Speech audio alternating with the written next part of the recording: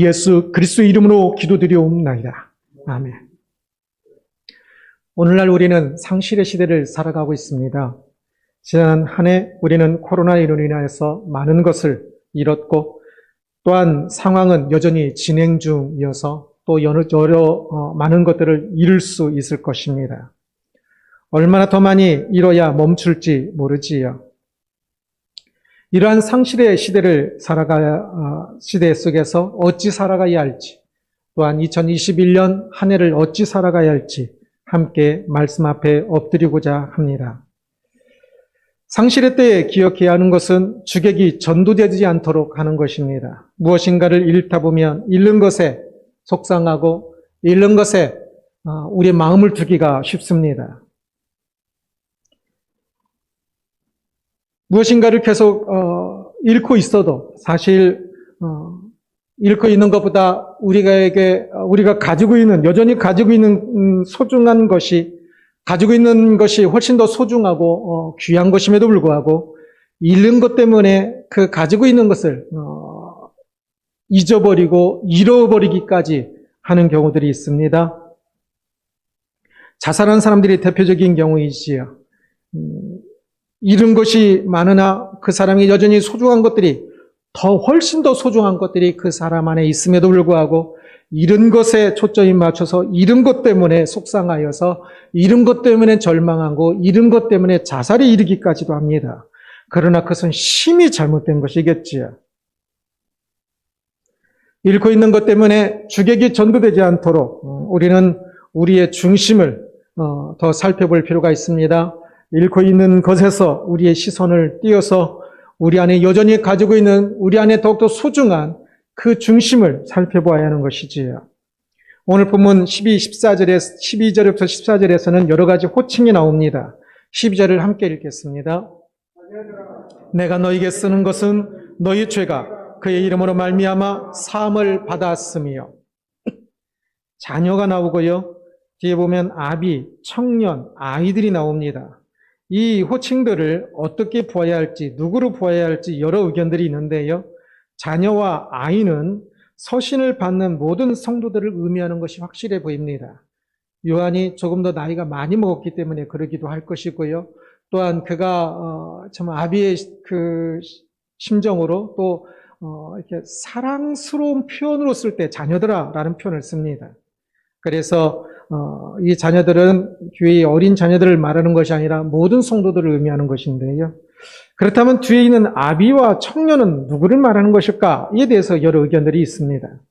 그래서 이 아비와 청년은 교회 내에 조금 더 나이 많이 먹은 부류를 아비로, 조금 더 교회를 더 젊은, 상대적으로 젊은 나이의 부류들을 청년으로 볼 수도 있는데, 그것보다는 어떤 이들은 이것을 신앙의 성숙도로 보기도 하고요. 그런데 그것보다는 앞뒤의 그 내용을 살펴볼 때 아비와 청년도 교회 전체 성도들을 부르는 칭호라고 보는 것이 더 좋을 것 같습니다. 그래서 어떤 면에 있어서는 아비로, 또 어떤 면에서는 청년으로서 성도들을 부르며 어떠한 모습을 가져야 하는지에 대해서 이야기하고 있는 것입니다. 그래서 이 구절들은 그 교회의 수신자들의 나이 드신 분 또는 젊은 분들에 대한 이야기가 아니라 그 각각의 칭호 속에서 모든 성도들에 대한 이야기입니다. 이 앞구절인 11절에서 요한은 형제를 미워하는 자, 교회 안에서 그 함께 신앙생활은 누군가를 미워하게 될 수도 있는데 그 미워하는 자는 어둠에 있는 자라고 말을 합니다. 누군가를 미워하게 되는 것은 타당한 이유가 있을 것입니다. 많은 경우 오해이기도 하고요. 또 어떤 경우는 말을 믿게 하기도 하고, 또 어떤 경우에는 참 여러 가지 미운 마음이 들 수 있습니다. 그러나 그래도 미워해서는 안 되고, 그렇게 미워하는 그때에 그 마음은 어둠에 있는 자의 마음이고, 그 미움이 그 사람 앞에 가득하게 되면 그는 어둠에 있는 자가 되는 것입니다. 그래서 미워할 타당한 이유가 있는 것 같으나 그 타당한 이유는 미움이란 것에, 그것에 지금 초점이 맞춰져서 그런 것이지, 조금 더 마음을 크게 보면, 조금 더 그 밉게 말한 거, 그건 밉지요. 밉게 행동하는 거 밉지요. 그러나, 그러할 때 그 밉게 말하는 거, 밉게 행동하는 것 때문에 그 사람을 미워할 것이 아니라 자기 자신을, 신앙인의 정체성을 다시 봄으로 미워하지 말아야 할 것을 이야기하는 것입니다. 절망한 이유, 절망할 이유 많이 있지요. 자살하는 사람, 오죽했으면 자살하겠습니까? 이유가 있지요.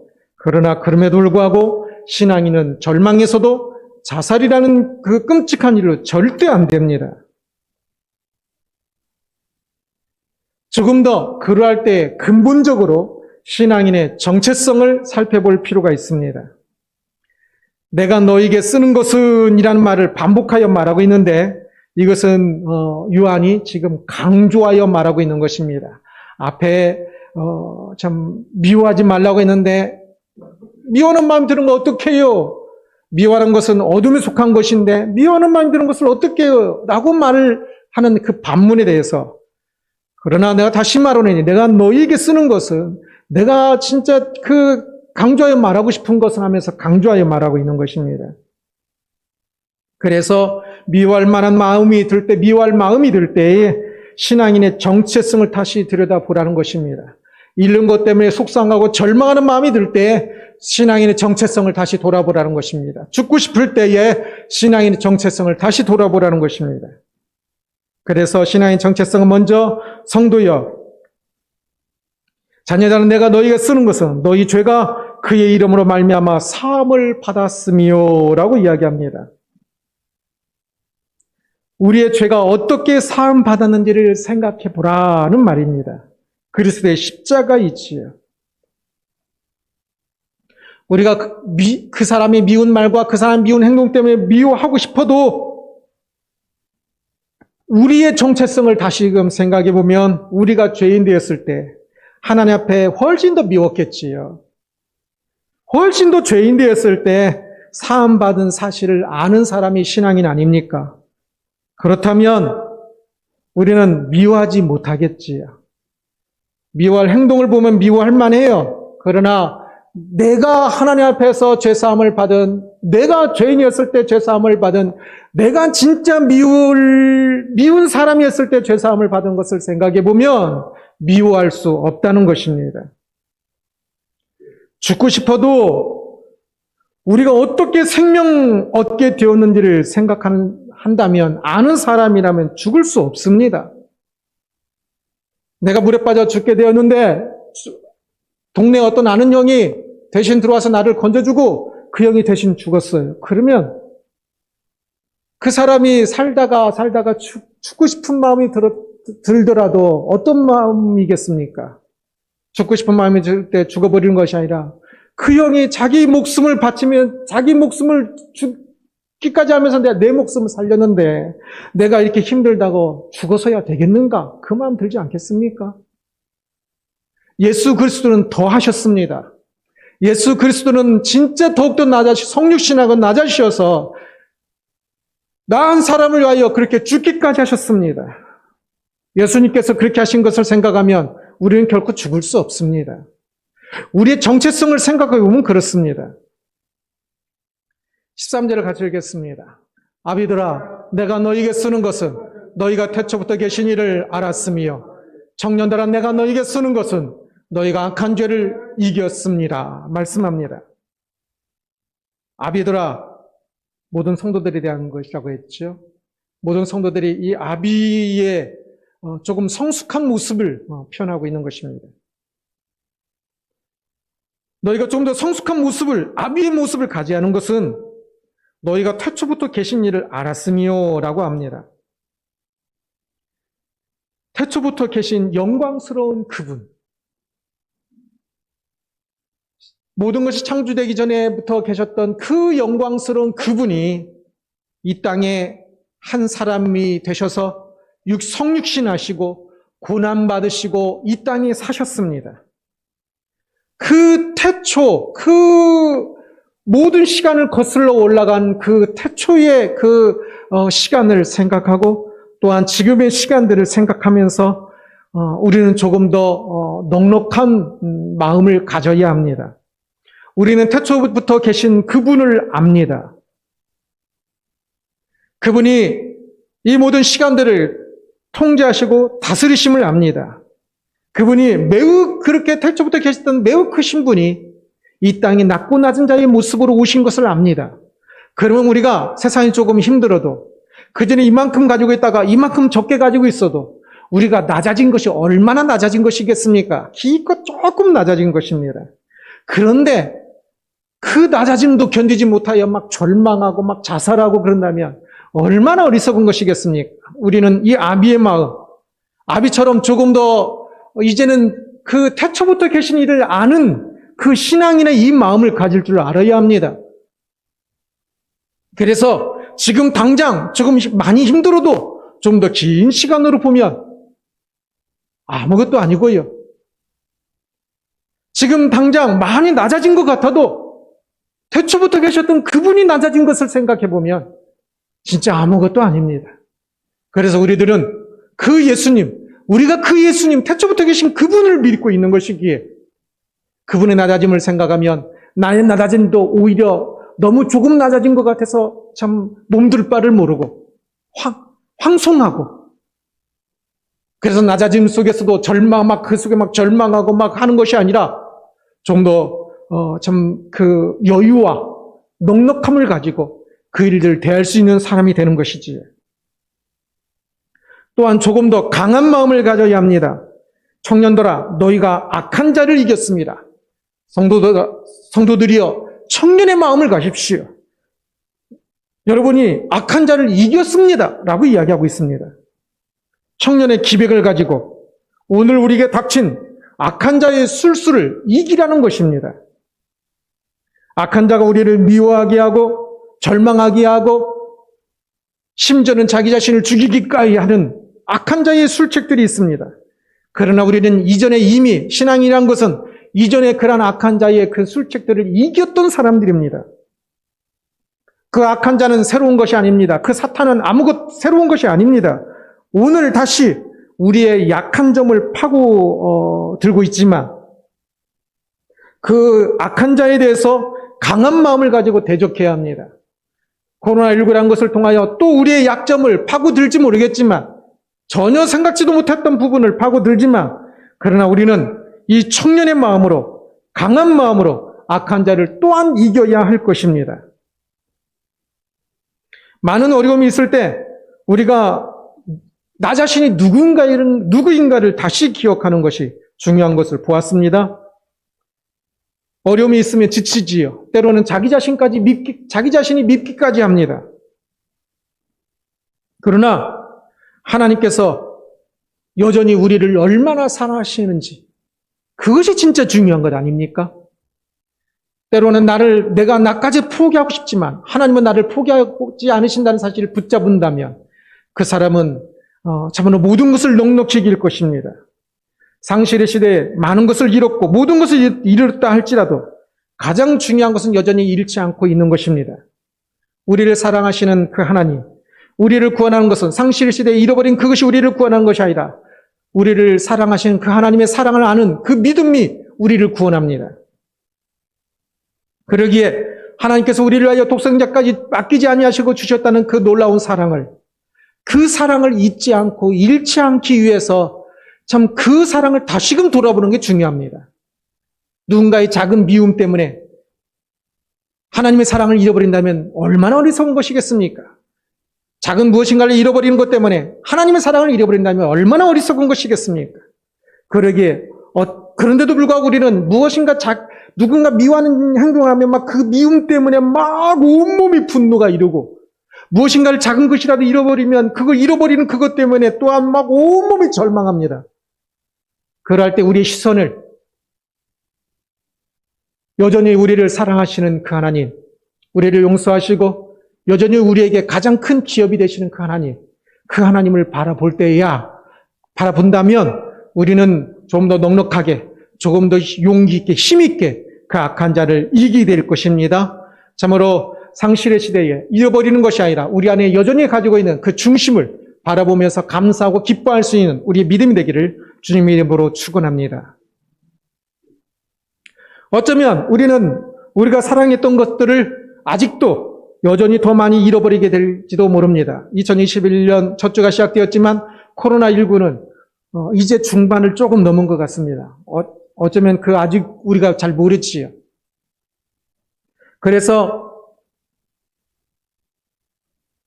재산이나 또는 사랑하는 사람이나 교회에서 이렇게 열심히 섬겼던 많은 것들, 함께 했던 많은 것들, 아직도 잃어버릴 것들은 더 남아있는 것 같습니다.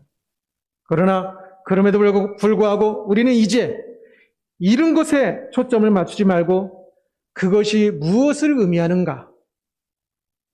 이것이 잃어버림으로 하나님께서 이것을 통하여 우리에게 또한 좋은 것을 주실 것인데 이것이 나에게 무엇을 의미하는가? 그것을 생각할 수 있어야 합니다. 그래야 이길 수 있을 것입니다. 그래야 이 코로나19라는 시험을, 그 시험, 참 지독한 그 시험을 내가 믿음으로 이겼다라고 나중에 고백할 수 있을 것입니다. 15절을 함께 읽겠습니다.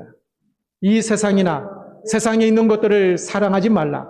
누구든지 세상을 사랑하면 아버지의 사랑이 그 안에 있지 아니하니. 이 세상에 있는 것들을 사랑하지 말라고 말씀하십니다.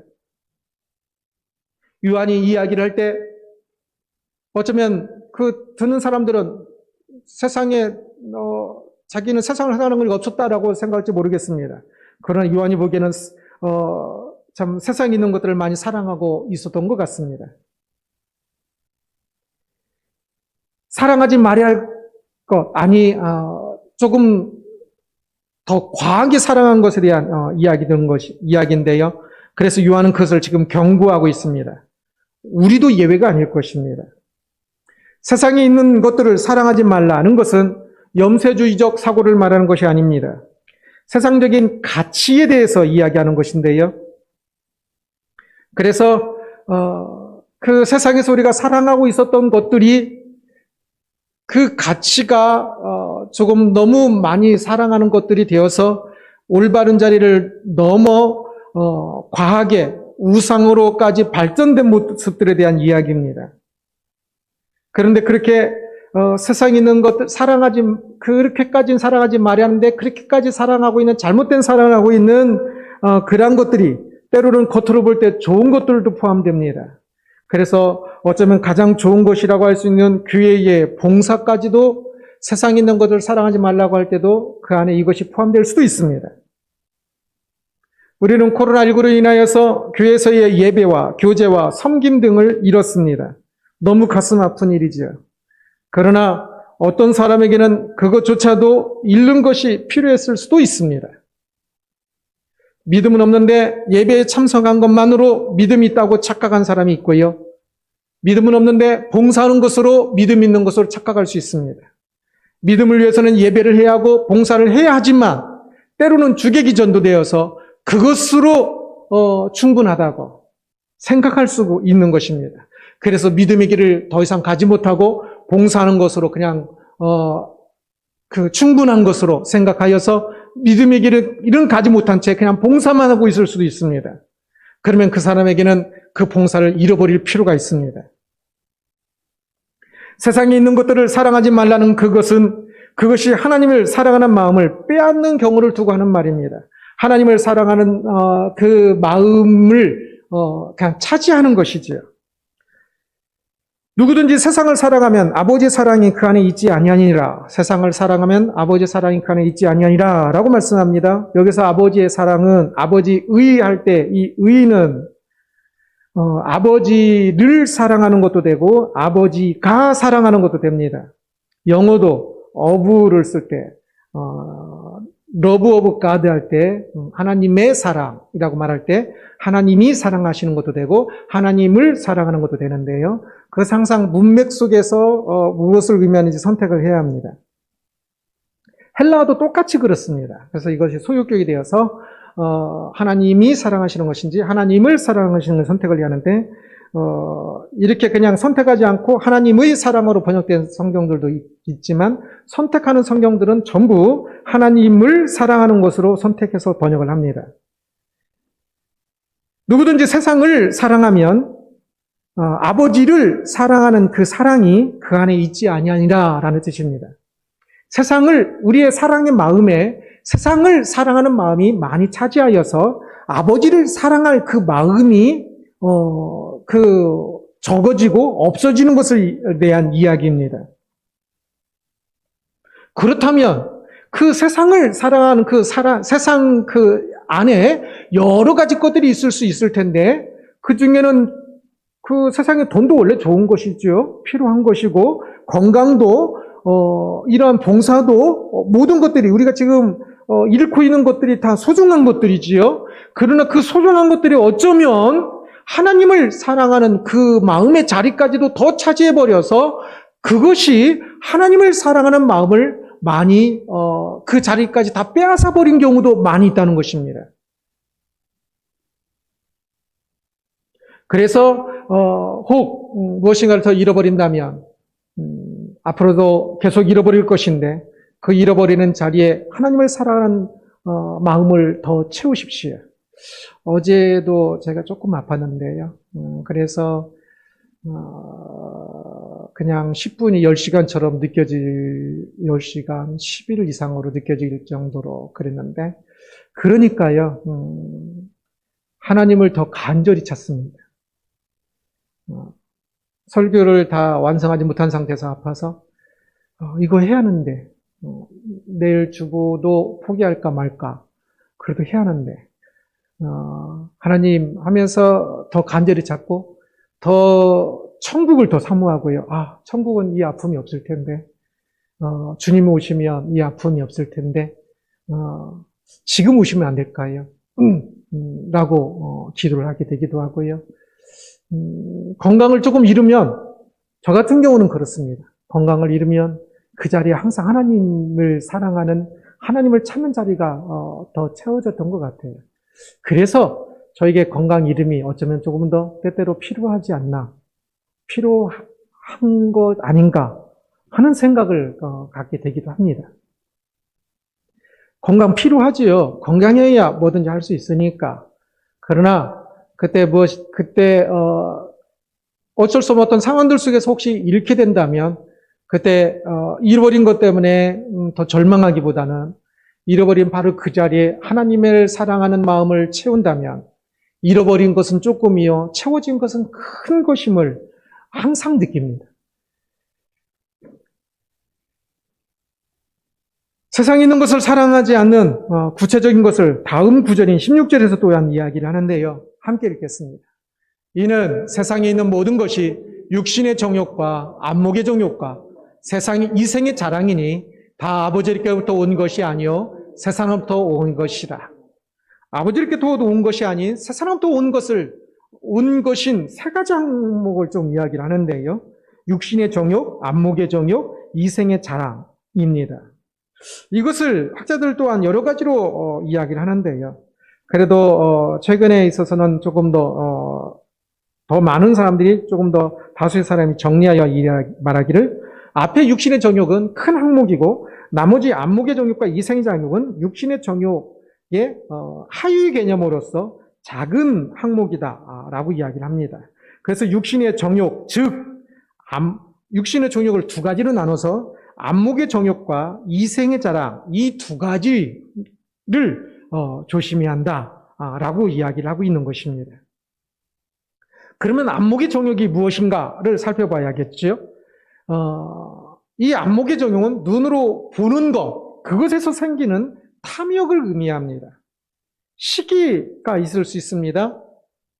기분이 좋았어요. 그런데 동창에서 친구가 타고 온 차가 내 차보다 더 좋거나 친구가 가지고 온 백이 비싼 백이에요. 그러면 그때부터 집에 오면 기분이 안 좋아져요. 그리고 그 비싼 것에 대한 탐욕이 생기지요. 이것을 안목의 정욕이라고 합니다. 눈으로 보는 것부터 시작되어지는 욕심들, 탐욕들. 사실 나에게 필요한 것도 아니에요. 그 친구를 만나기 전까지 그 차가, 더 좋은 차가 필요하지도 않았고 더 좋은 백이 필요하지도 않았어요.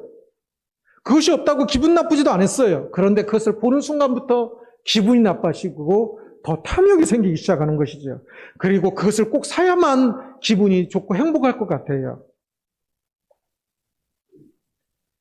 그것을 안목의 정욕이라고 이야기합니다. 내 눈을 만족시키고 남의 눈을 만족시키는 그것. 어떤 사람은 진짜 남의 눈을 만족시키기 위해서 사는 것 같아요. 그냥 괜찮은데 친구 또는 이웃 또는 아는 사람, 그 사람의 눈에 부러운 사람이 되고 싶어서 그냥 힘들면서도 막 비싼 것을 사기도 하고, 그냥 내 인생을 사는 것이 아니라 그 사람의 안목, 그 사람의 눈에 조금 다른 사람 눈에 좀 더 좋게 보이는, 부럽게 보이는 그 사람의 눈에 만족시키는 이 안목의 정욕을 위해서 사는 것 같아요. 눈의 탐욕은 매우 개걸스럽습니다. 결코 만족함이 없어요. 눈의 탐욕 하나를 만족시키기 위해서 엄청난 노력을 하고 엄청난 그 투자를 하지만 눈의 탐욕은 잠깐 만족하고 끝나요. 또 다른 것을 보면 또 욕심이 생겨요. 아주 개걸스러워요. 아주 만족을 몰라요. 그 안목의 정욕은 하나님께로부터 온 것이 아니라 세상으로부터 온 것이요, 세상의 가치관이요, 육신의 정욕이다 라고 말씀하고 있는 것입니다. 두 번째는 이생의 자랑입니다. 이 이생으로 번역한 단어는 이렇게 생명으로도 번역할 수 있고 아니면 재물로도 신약성경에서 번역하는 헬라어입니다. 오늘 본문에서는 재물로, 물질로 번역해야 한다라고 대부분 학자들이 그렇게 이야기를 합니다. 그래서 이것은 물질 소유의 자랑이다라고 번역하는 것이 좋을 것 같습니다. 사람들은 소유를 자랑합니다. 소유가 조금 더 있어야 참 뿌듯하고요.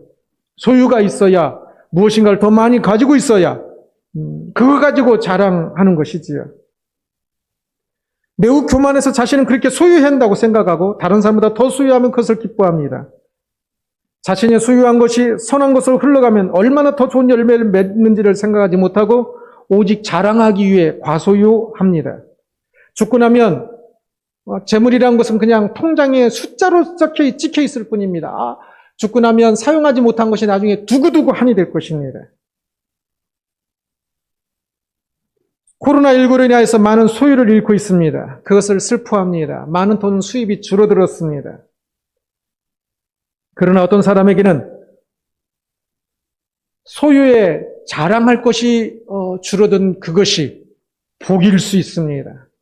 소유의 자랑은 하나님으로부터 오는 것이 아니라 세상으로부터 오는 것이기 때문에 그렇습니다. 육신의 정욕이기 때문에 그렇습니다. 그래서 소유의 자랑을 하느라고 하나님을 그 자랑을 위해서 더 많이 소유하려고 막 애쓰고 힘썼던 그 많은 시간들, 하나님을 사랑할 그 마음, 줘야 할 그 마음을 주지 못하고 더 소유하여 더 자랑하려고 했던 그 마음, 그것을 잃어버리는 것이 그 자리에 하나님을 사랑하는 마음이 대신 들어올 수 있기 때문에 어쩌면 많은 사람들이 슬퍼하는 코로나19에서 제일 힘든 것들이 전부 물질의 잃어버림이지요. 그것이 어쩌면 복일 수 있다는 것입니다. 그 자리에 하나님을 사랑하는 마음을 채운다면, 잃어버려서 오히려 더 소유의 자랑을 못하니까 더 전전긍긍한다면 더욱더 불행한 것이고요. 그러나 그 자리에 조금 더 당당하게 여유 있게 그 자리에 하나님을 사랑하는 마음을 채운다면, 그 자리에 소유를 잃어버린 자리에 소유를 더 채우려고 하면, 안 되는데 더 채우려고 하면 더 힘들고 더 그럴 것입니다. 그러나 하나님을 사랑하는 마음을 채우려고 한다면 하나님께서 그때 크신 은혜를 주셔서 하나님을 사랑하는 마음이 가득가득 채워질 것입니다. 그러면 잃어버리는 것이 복이겠지. 17절을 함께 읽겠습니다. 이 세상도 그 정욕도 지나가되 오직 하나님의 뜻을 행하는 자는 영원히 거하느니라. 지나가되는 이것이 진행형입니다. 그래서 이 세상도 그 정욕도, 앞에 이 정욕 안에는 안목의 정욕과 물질 소유의 자랑이 들어가 있다 그랬죠. 사람들이 사랑한 세상, 그들이 채우기에 급급하였던 육체의 정욕은 지나가고 있다 말씀합니다. 지금은 커 보일지 모르지만 계속 작아지고 있다는 것입니다. 이 세상의 그 안목의 정욕, 소유의 자랑들은 지금 가지면 당장 사람들이 알아주잖아요. 사람들이 부러워하잖아요. 그리고 그것이 있으면 내 마음이 뿌듯하잖아요. 지금은 커 보입니다. 그러나 이 세상도 그 정욕도 지나가고 있다. 작아지고 있다. 소멸되고 있다라는 것입니다. 그래서 주님이 오시면 0이 될 것입니다. 주님이 오시면 0을 넘어서 마이너스가 될 것입니다. 이 땅의 안목의 정욕을 채우느라고 했던 그것이 채워서 안목은 기뻤을지 모르지만 눈은 기뻤을지 모르지만 그러나 그것이 점점 지나가고 있습니다. 점점 약해져서 주님이 오실 때는 마이너스로 엄청난 마이너스가 될 것입니다. 하나님께 주신 그 귀한 시간, 귀한 그 달란트, 귀한 재물들을 사용하여서 육신의 안목의 정욕을 채우고 소유의 자랑을 하는 데만 그 사용해 버렸으니 마이너스가 되는 거지요. 그러나 오직 하나님의 뜻을 행하는 자는 영원히 거하느니라 라고 말씀합니다. 하나님의 뜻을 행하는 것은 지난 한 주 동안, 지난 하루 동안 얼만큼 우리가 하나님 뜻을 행하는지 사람들은 알지도 못하고 칭찬하지도 않고 눈에 보이지도 않습니다. 그러나 이것은 반대로 점점 커집니다. 그래서 이것은 영원히 거하는 것이 됩니다. 이 땅에서 하나님의 뜻을 행했던 것, 그 하나하나는, 지난 한 주 동안 사는 그 하나하나는 충분히 뿌듯해 하셔도 됩니다. 충분히 기뻐하고 충분히 행복해도 됩니다. 충분히 자랑해도 됩니다. 왜? 이후에 영원토록 주님이 오시면 그것은 더더욱 큰 것이 될 것이기 때문에 그렇습니다. 그러니 우리가 세상을 사랑하지 말고 하나님을 사랑하고 하나님의 뜻을 사랑하는 사람이 되어야 합니다.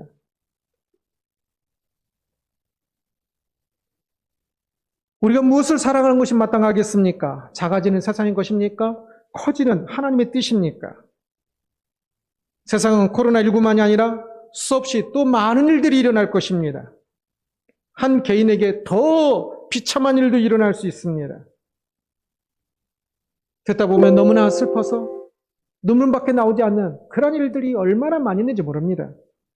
그러나 그때마다 우리가 가야 할 길은 무엇일까요? 잃는 것이 여전히 많고 커 보여도 여전히 우리는 그 속에서 하나님의 뜻을 찾아야 합니다. 여전히 그 속에 하나님의 뜻이 있습니다. 하나님의 뜻은 참으로 선하고 거룩하고 영광스럽고 영원합니다. 매우 슬픈 일이 일어났어도 코로나19라고 우리의 인생이 멈춘 거 아닙니다. 사랑하는 진짜 자녀가 나보다 먼저 혹시 세상을 떠난다 할지라도 그래의 인생 멈춘 거 아닙니다.